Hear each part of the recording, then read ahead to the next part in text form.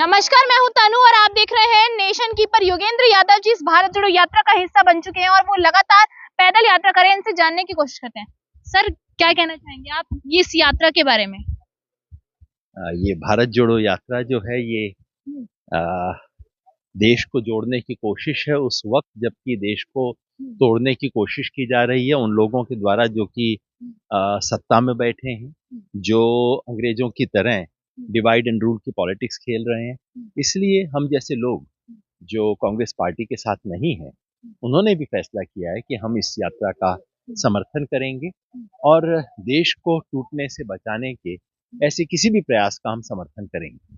Sir, आपको नहीं लगता ये पॉलिटिकल एजेंडा ही है? क्योंकि अगर भारत जोड़ने की जरूरत पड़ी है आज राहुल गांधी जी को, तो वो पॉलिटिक्स में खुद खुद की पार्टी और खुद को मजबूत बनाने के लिए। ये पॉलिटिक्स गंदा शब्द कब से हो गया? एक पॉलिटिकल पार्टी जब कुछ करती है वो पॉलिटिकल होता है, होना चाहिए, इसमें कुछ भी बुरा नहीं है। जिस दिन पॉलिटिक्स खत्म हो जाएगी उस दिन लोकतंत्र खत्म हो जाएगा। पॉलिटिक्स दुनिया की सबसे सुंदर चीजों में से है और की जानी चाहिए। और वैसे भी जब देश को तोड़ने की कोशिश राजनीति से हो रही है तो देश को बचाने की कोशिश सिर्फ राजनीति में आके की जा सकती है।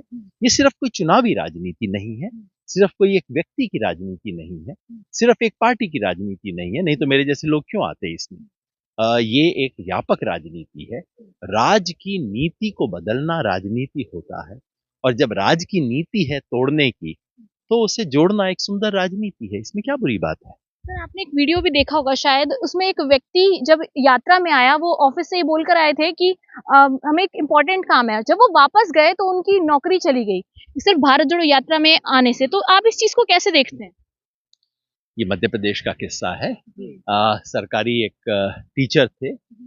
मैं समझता हूँ कि भारतीय जनता पार्टी की हमेशा इस तरह की एक विंडिक्टिव पीछे पड़ना, परेशान करना, सताना, प्रताड़ित करना, ये उनका पुराना काम है। और वैसे भी जो सत्ता डगमगाती है वो ज्यादा बौखलाती है।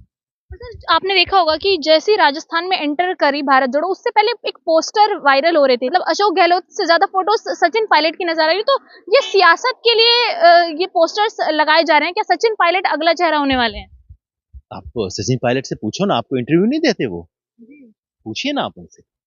जरूर, बहुत अच्छा सवाल है, पूछना चाहिए। देखिए ये भी सचिन पायलट का पोस्टर है, उनसे जरूर पूछना चाहिए। और सर, आपको क्या लगता है, जैसे भारत जोड़ो यात्रा में राहुल गांधी जी पैदल चल रहे हैं, तो इस पैदल चलने से क्या असर होने वाला है? अगर टीवी होता तो लोग ये सवाल नानक से भी पूछते, लोग ये सवाल कबीर से पूछते, नामदेव से पूछते, तुकाराम से पूछते, पैदल चलने से क्या होता है। शायद नानक का जवाब होता, कबीर का जवाब होता कि ये यात्रा सिर्फ सड़क नापने के लिए नहीं की जाती। उस जमाने में सड़कें होती भी नहीं थी। कोई भी यात्रा मानस यात्रा होती है, विचार यात्रा होती है, अंतर्मन की यात्रा होती है। और इस देश में जिसने भी देश बदलने की कोशिश की उसने पैदल यात्राएं की, महात्मा गांधी ने की। तो ये पैदल यात्रा अपने अंतर्मन और देश के मन को भांपने, उसको नापने और उसे बदलने की यात्रा होती है। वही यात्रा हम देख रहे हैं। सर, आखिरी सवाल ये है कि जिस भी राज्य से ये भारत जोड़ो यात्रा जाती है, वहां से लोग जुड़ जाते हैं और अंत तक जाते हैं। तो आज जनता के मन में है क्या? क्या 2024 में बदलाव की नीति जनता अपना रही है? आपको केवल 2024 दिख रहा है, मुझे तो उससे पहले और उसके बाद बहुत कुछ दिख रहा है। आज चुनौती सिर्फ 2024 और एक चुनाव की नहीं है। चुनौती वाकई इस देश को टूटने से बचाने की है। जिस तरह की राजनीति की जा रही है वो तो बिल्कुल आज इस देश को तोड़ने की राजनीति है। मुझे सिर्फ ये नहीं दिख रहा कि 24 में किसकी सरकार बनेगी, किसकी सरकार बचेगी।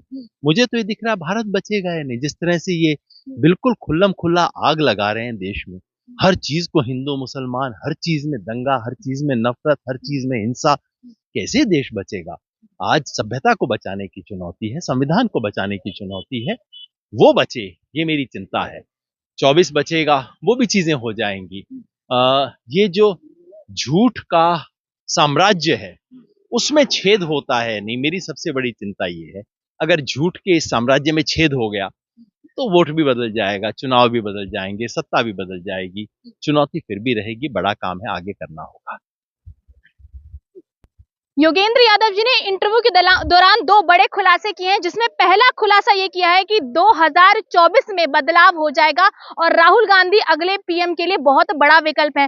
दूसरी बात उन्होंने कहा है कि सचिन पायलट वाली बात पर उन्होंने बात घुमा दी और कहा कि ये बात जाकर उनसे ही पूछ ले। तो कहीं ना कहीं ये दर्शाता है कि उनके मन में कहीं ना कहीं इस बात की समझ जरूर है। तो ऐसी वीडियो के लिए बने रहिए मेरे साथ, मैं तनु।